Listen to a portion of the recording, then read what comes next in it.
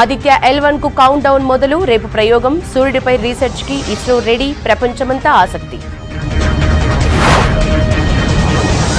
సూళ్లూరుపేట చెంగాలమ్మకు ఇస్రో సైంటిస్టుల పూజలు. వచ్చే నెలలో గగన్యాన్ కు సిద్ధమైన చైర్మన్ సోమనాథ్. జమిలీ ఎన్నికలపై కోవింద్ చైర్మన్ గా కేంద్రం కమిటీ. సభలో చర్చించాకే చేస్తాం. ప్రతిపక్షాలకు భయమేంటన్న జోషి.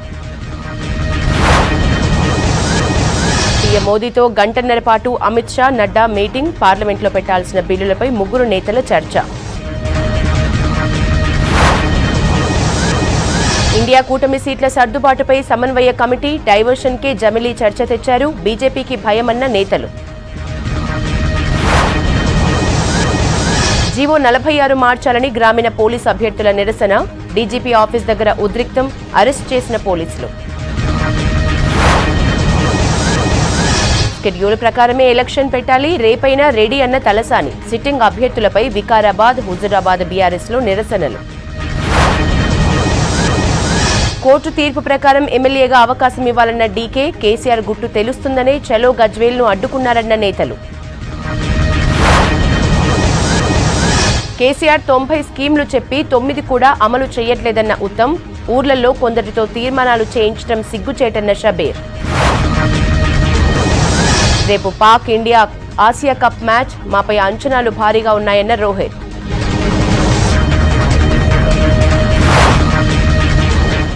న్యూస్ జంక్షన్ డీటెయిల్స్ చూద్దాం. మరో ప్రతిష్టాత్మక ప్రయోగానికి ఇస్రో సిద్ధమైంది. రేపు నింగిలోకి దూసుకువెళ్లనుంది ఆదిత్య L1 రాకెట్. సూర్యుడిపై తొలిసారి పరిశోధనకు గాను ఇస్రో ఈ ప్రయోగాన్ని చేపడుతోంది. సౌర వాతావరణాన్ని లోతుగా పరిశోధించడమే ఈ ప్రాజెక్టు ఉద్దేశమని శాస్త్రవేత్తలు ప్రకటించారు.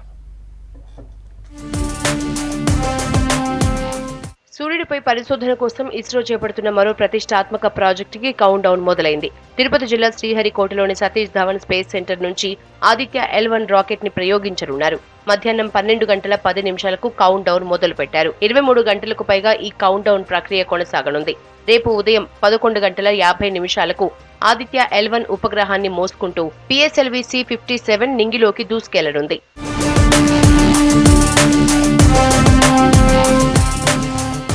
సూర్యుడిపై అధ్యయనం చేసేందుకు ఇస్రో చేపడుతున్న తొలి ప్రయోగం ఇది. కరోనాగ్రఫీ పరికరం సాయంతో సౌర వాతావరణాన్ని లోతుగా పరిశోధించడమే ఈ ప్రాజెక్టు ఉద్దేశం. యూరోపియన్ స్పేస్ ఏజెన్సీ, ఆస్ట్రేలియా, ఇతర దేశాల అంతరిక్ష సంస్థల సాయంతో సూర్యుడిపై అధ్యయనాల్ని ఇస్రో చేపడుతోంది. ఈ ప్రయోగాన్ని వీక్షించేందుకు సాధారణ పౌరులకు అవకాశం కల్పించింది ఇస్రో. ఇందుకోసం ముందస్తుగా రిజిస్ట్రేషన్ చేసుకున్న వారు రేపు ప్రయోగాన్ని వీక్షించవచ్చని చెప్పారు. It will make occultation with the solar disk, and then it will enable us to see the corona in the visible channel as well as 3 spectroscopic channels. So as you are seeing, we are having an entrance aperture here, which is called this one. So this will get deployed when it reaches L1 after some performance tests and other things.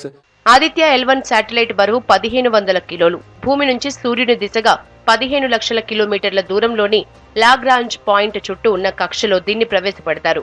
దీని ద్వారా గ్రహణాలతో సంబంధం లేకుండా సూర్యుడిని నిరంతరం అధ్యయనం చేసేందుకు వీలు లభిస్తుంది. ఆదిత్య L1 మొత్తం 7 పేలోడ్లను మోసుకెళ్లనుంది. ఇందులో ప్రధానమైన విజిబుల్ ఎమిషన్ లైన్ కరోనోగ్రాఫ్ తో పాటు solar ultraviolet imaging telescope, Aditya solar wind particles experiment, plasma analyser package for Aditya solar low energy X-ray spectrometer, high energy L1 orbiting X-ray spectrometer, magnetometer పేలోడ్లను అమర్చారు. ఇందులో 4 పరికరాలు నేరుగా సూర్యుడిని అధ్యయనం చేయనున్నాయి. L1 is a point, it's an orbit which is in between the sun and earth, where the gravitational pull will be balanced. So the orbit, in that orbit satellite will be placed. It will observe, stay in that orbit, and it will observe the sun for 24 hours without any obstructions of our day and night.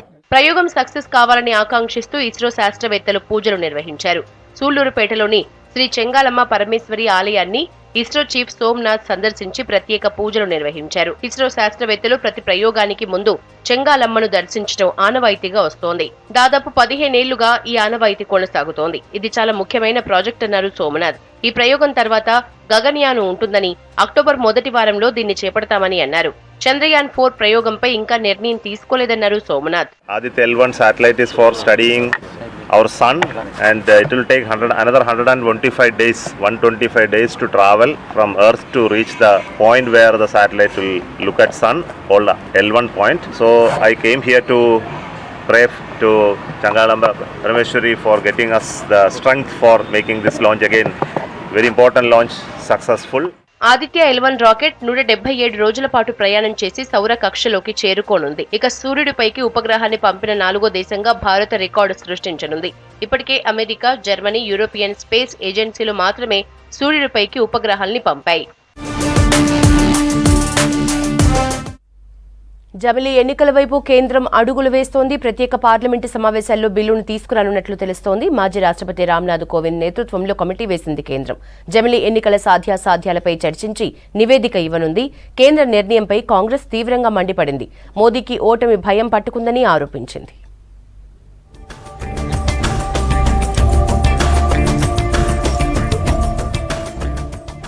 జమిలీ ఎన్నికల దిశగా కేంద్రం అడుగులు వేస్తుంది. September 18 నుంచి జరగనున్న parliament ప్రత్యేక సమావేశాల్లో ఈ బిల్లును తీసుకొచ్చే ఛాన్స్ కనిపిస్తుంది. వన్ నేషన్ వన్ ఎలక్షన్ పై మాజీ రాష్ట్రపతి రామ్నాథ్ కోవింద్ నేతృత్వంలో కమిటీని కేంద్రం ప్రకటించింది. కమిటీలో 16 మంది సభ్యులు ఉంటారని, వాళ్ళిచ్చే నివేదికపై చర్చ జరుగుతుందన్నారు పార్లమెంటు వ్యవహారాల శాఖ మంత్రి ప్రహ్లాద్ జోషి. దీనిపై ఎవరూ ఆందోళన చెందాల్సిన అవసరం లేదన్నారు. ప్యానెల్ సభ్యులపై త్వరలోనే కేంద్రం నోటిఫికేషన్ విడుదల చేయనున్నట్టు తెలుస్తుంది. జమిలీ ఎన్నికల సాధ్యాసాధ్యాలను ఈ కమిటీ పరిశీలించనుంది. నిపుణులు, పలు రాజకీయ పార్టీల నేతలతో సమావేశాలు జరిపి నివేదిక ఇస్తుందని కేంద్ర వర్గాలు తెలిపాయి. इसका कमेटी का रिपोर्ट आएगा, कमेटी का रिपोर्ट पब्लिक डोमेन में चर्चा होगा. अगर पार्लियामेंट में जब आता है, पार्लियामेंट में चर्चा होगा. पार्लियामेंट प्रबुद्ध है, भारत देश का प्रजाप्रभुत्व एकदम मैच्योर्ड है, प्रबुद्ध प्रजाप्रभुत्व है. सारे 5 वर्ष कहीं न कहीं चुनाव चलता रहता है, इसीलिए डिसीजन मेकिंग प्रोसेस में भी कई प्रॉब्लम होता है. इसलिए ये तो एक विचार है. एक one nation one election bill కోసమే కేంద్రం ప్రత్యేక సమావేశాలు పెడుతుందని మీడియాలో చర్చ జరుగుతుంది. పొలిటికల్ ఎక్స్పర్ట్స్ కూడా చాలా మంది ఇదే ఒపీనియన్ తో ఉన్నారు. పార్లమెంటు ప్రత్యేక సమావేశాల కోసం ఏర్పాట్లు చకచకా జరిగిపోతున్నాయి. ప్రభుత్వ ఉన్నతాధికారులకు కేంద్రం కీలక సూచనలు చేసింది. కేబినెట్ కార్యదర్శులు, వివిధ శాఖల కార్యదర్శులు, ఉన్నతాధికారులు ఢిల్లీలోనే ఉండాలని ఆదేశించింది. ప్రధానమంత్రి కార్యాలయం అనుమతి లేకుండా ఏ శాఖ కార్యదర్శి కూడా ఢిల్లీ వదిలి వెళ్లరాదని ఆర్డర్స్ ఇష్యూ చేసింది.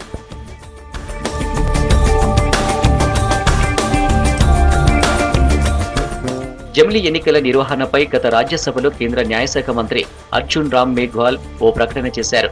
లోక్సభ, అసెంబ్లీ, స్థానిక సంస్థల ఎన్నికలను కలిపి నిర్వహించాలంటే రాజ్యాంగంలో కనీసం 5 అధికరణలను సవరించాలన్నారు.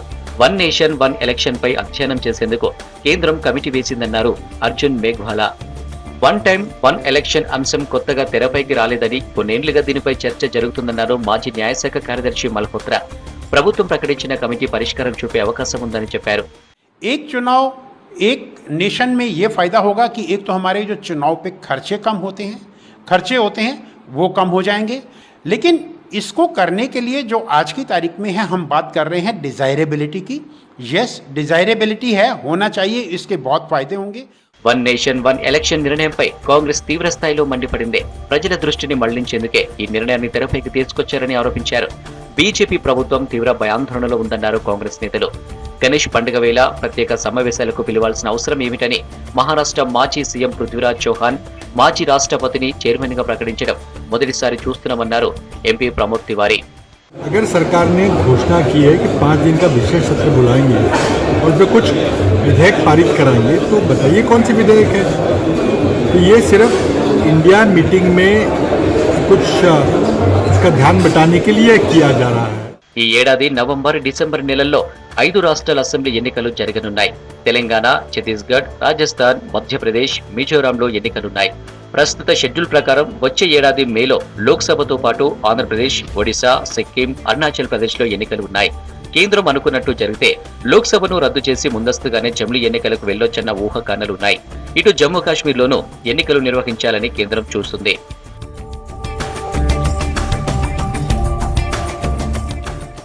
One nation one election bill pass కావాలంటే రాజ్యాంగ సవరణలు చేయాల్సిన అవసరం ఉంది.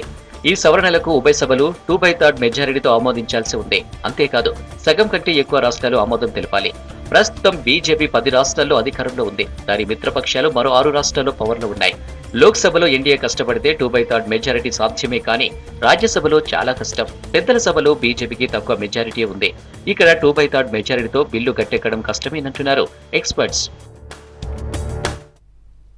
ప్రధాని నరేంద్ర మోదీ నివాసంలో కీలక సమావేశం జరిగింది. నడ్డా, అమిత్ షాతో దాదాపు గంటన్నర పాటు ప్రధాని మోదీ చర్చించారు. జమిలీ ఎన్నికల వేళ ప్రధాని నివాసంలో సమావేశం చర్చనీయాంశమైంది. పార్లమెంటు స్పెషల్ సెషన్స్ లో ప్రవేశపెట్టబోయే బిల్లులపై సుదీర్ఘంగా చర్చించారు. 1 నేషన్ 1 ఎలక్షన్ బిల్లును ఈ సెషన్లోనే ప్రవేశపెట్టనున్నట్లు చర్చ నడుస్తోంది.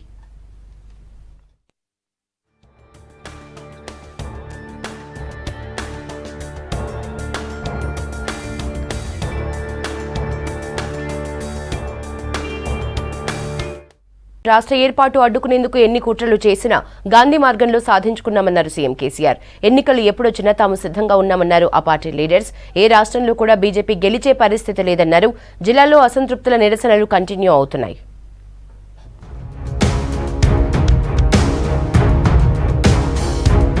తెలంగాణ ఏర్పాటు అడ్డుకునేందుకు ఎందరో ప్రయత్నాలు చేశారని, మహాత్ముని అడుగుజాడల్లో తెలంగాణను శాంతియుతంగా సాధించుకున్నామన్నారు సీఎం కేసీఆర్.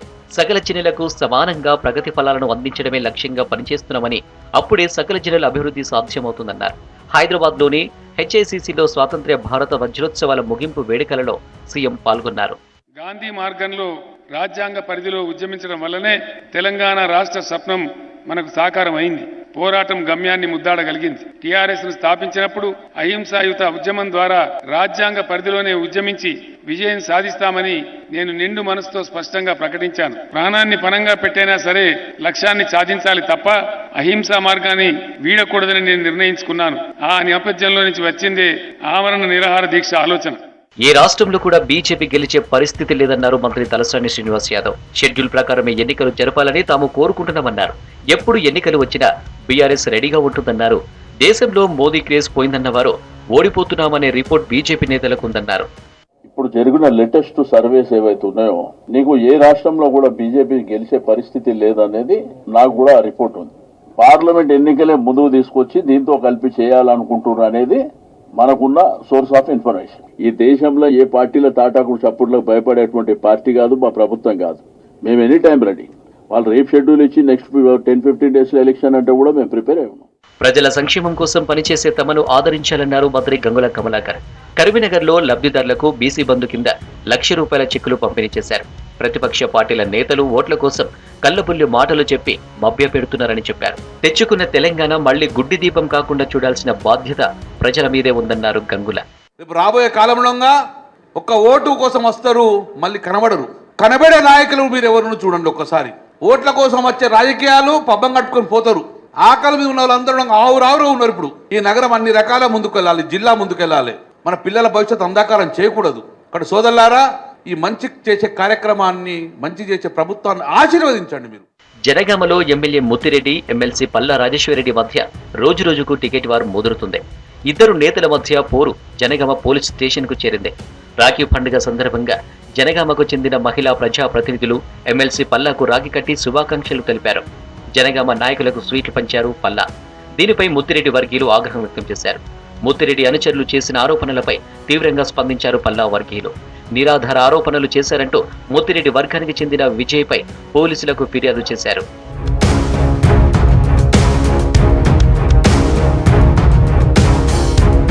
వికారాబాద్ బీఆర్ఎస్ అభ్యర్థిగా ప్రకటించిన మెతుకు ఆనంద్ ని మార్చాలన్నారు బీఆర్ఎస్ అసమ్మతి లీడర్లు. పట్టణంలోని బసంత్ ఫంక్షన్ హాల్లో అసమ్మతి నాయకుల సమావేశం నిర్వహించారు. మెతుకు ఆనంద్కు బదులు తెలంగాణ ఉద్యమంలో పాల్గొన్న వారు ఎవరినైనా బీఆర్ఎస్ టికెట్ ఇవ్వాలని డిమాండ్ చేశారు. మెతుకు ఆనంద్ను మార్చకపోతే ఖచ్చితంగా ఓడిస్తామని అసమ్మతి నేతలు ఫైరయ్యారు.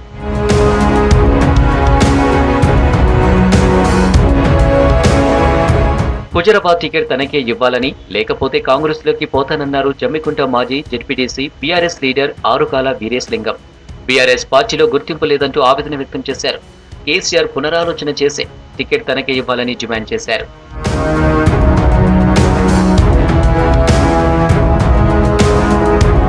నర్సాపూర్ సిట్టింగ్ ఎమ్మెల్యే మదన్ రెడ్డికి టికెట్ ఇవ్వాలంటూ ఆందోళనకు దిగారు బీఆర్ఎస్ నేతలు.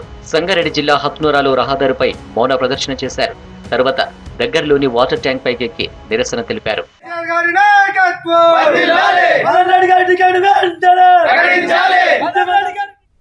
రోజుల పాటు జరిగిన ఇండియా కూటమి సమావేశాలు ముగిశాయి.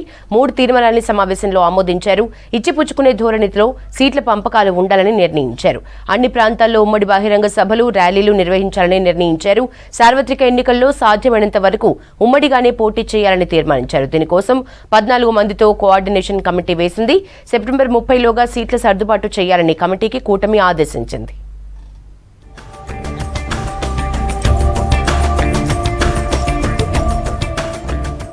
ముంబైలో 2 రోజుల పాటు కొనసాగిన ఇండియా కూటమి సమావేశాలు ముగిశాయి. సమావేశంలో ప్రధానంగా 3 కీలక నిర్ణయాలు తీసుకున్నారు. 2024 సార్వత్రిక ఎన్నికల్లో వీలైనంత వరకు ఉమ్మడిగానే పోటీ చేయాలని నిర్ణయించింది విపక్ష కూటమి. ఇందుకోసం ఇచ్చిపుచ్చుకునే ధోరణిలో కేటాయింపులు ఉండాలని నిర్ణయించారు.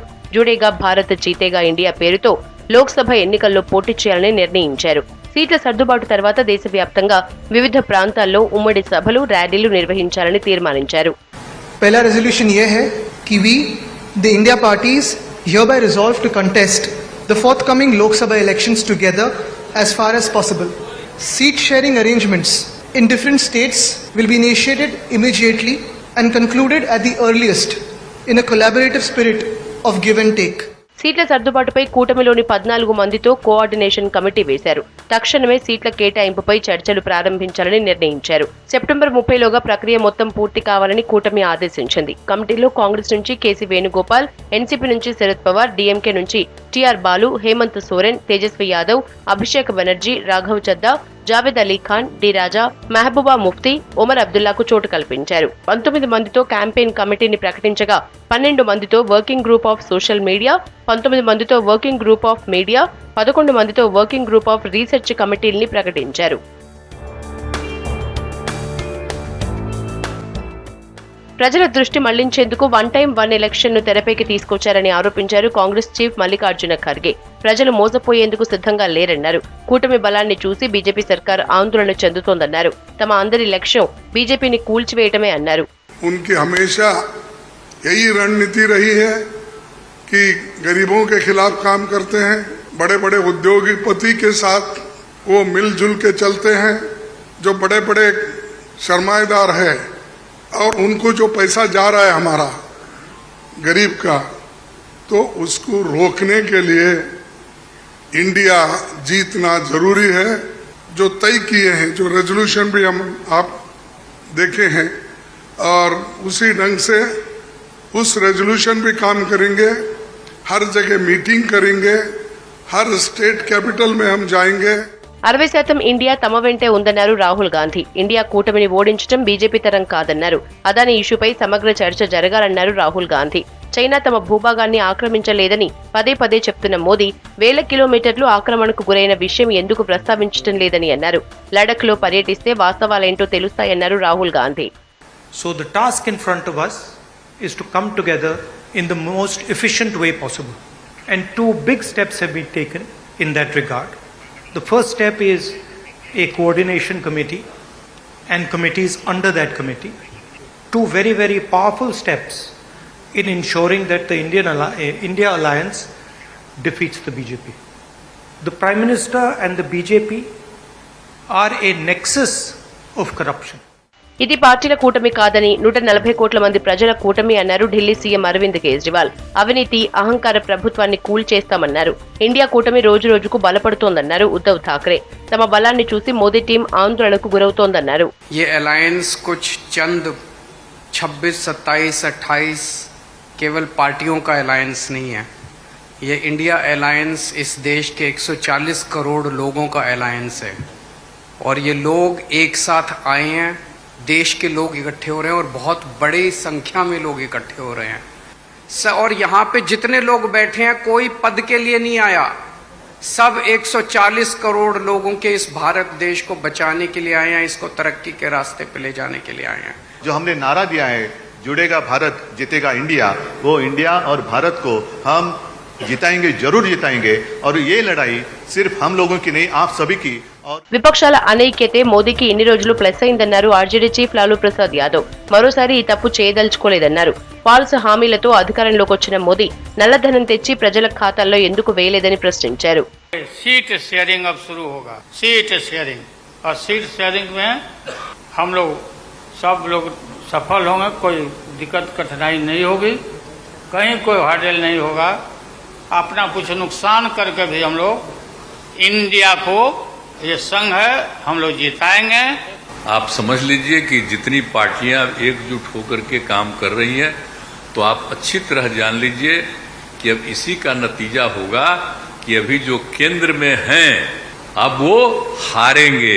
కూటమి కన్వీనర్ ప్రకటనతో పాటు లోగోను ఆవిష్కరిస్తారని 2 రోజులుగా ప్రచారం జరిగింది. కన్వీనర్ పై ఏకాభిప్రాయం రాలేదని తెలుస్తోంది. తదుపరి సమావేశ తేదీల్ని త్వరలో ప్రకటిస్తామని నేతలు చెప్పారు. అన్ని రాష్ట్రాల్లో ఉమ్మడి బహిరంగ సభలు, ర్యాలీలు ఉంటాయన్నారు. ప్రధాని అభ్యర్థి ఎవరు అనే దానిపై వచ్చే సమావేశాల్లో క్లారిటీ వస్తుందన్నారు నేతలు. కూటమి సమావేశం తర్వాత ముంబైలోని కాంగ్రెస్ కార్యాలయానికి చేరుకున్నారు సోనియా గాంధీ, రాహుల్ గాంధీ. కార్యకర్తలు కాంగ్రెస్ నేతలకు ఘన స్వాగతం పలికారు. కాంగ్రెస్ ముఖ్య నేతలతో రాహుల్ గాంధీ సమావేశమయ్యారు. ఇవి news junction updates. Stay tuned to V6 news as it is.